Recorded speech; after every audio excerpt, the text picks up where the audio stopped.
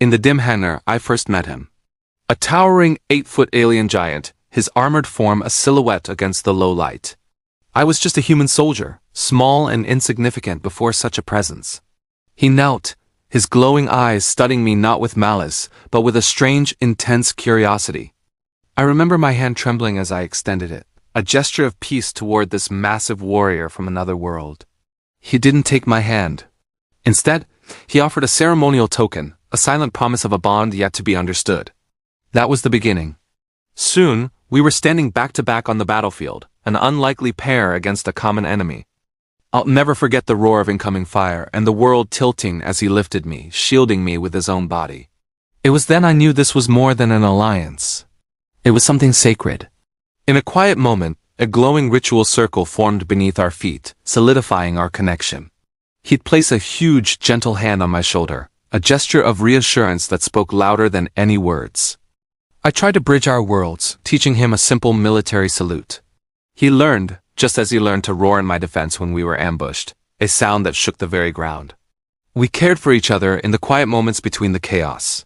I patched the wounds on his colossal arm with my small field kit, and he, in turn, carried me through the burning ruins of a war zone when I was injured.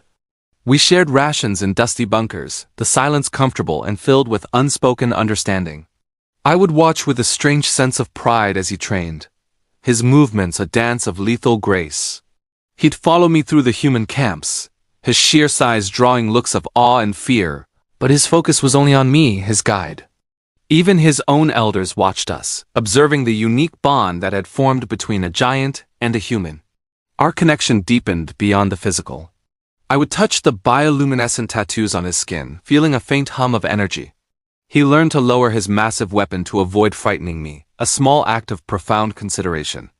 I'd use gestures to translate my emotions, and he'd try to understand human humor.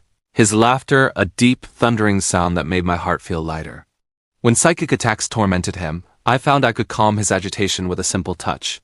He repaid that tenfold, lifting tons of debris with a single heave to rescue my trapped squad. He trusted me completely. I'd adjust his oversized armor straps and he'd create a protective shield around me in a firefight. He'd lift me onto his shoulder to survey the battlefield, giving me a god's eye view. He taught me his people's ancient combat stances, and by the flickering light of a campfire, we exchanged war stories, our pasts weaving together. After one near-death escape, he bowed to me in respect, and I simply embraced him, a hug that barely wrapped around his leg. He was my protector, deflecting energy blasts meant for me, his life sworn to mine in a silent, kneeling oath. In the final days of the war, our bond became legendary. He would roar with grief and rage if I was so much as scratched, and I would carefully bandage his giant fingers.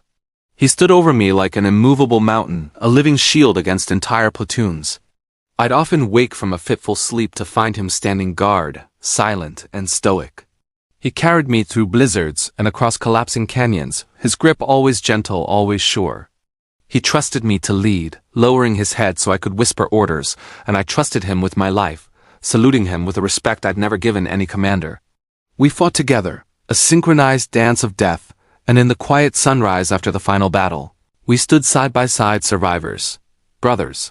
He lifted me high in a victory chant, a small human on the shoulder of a giant, our bond forged in fire and loyalty.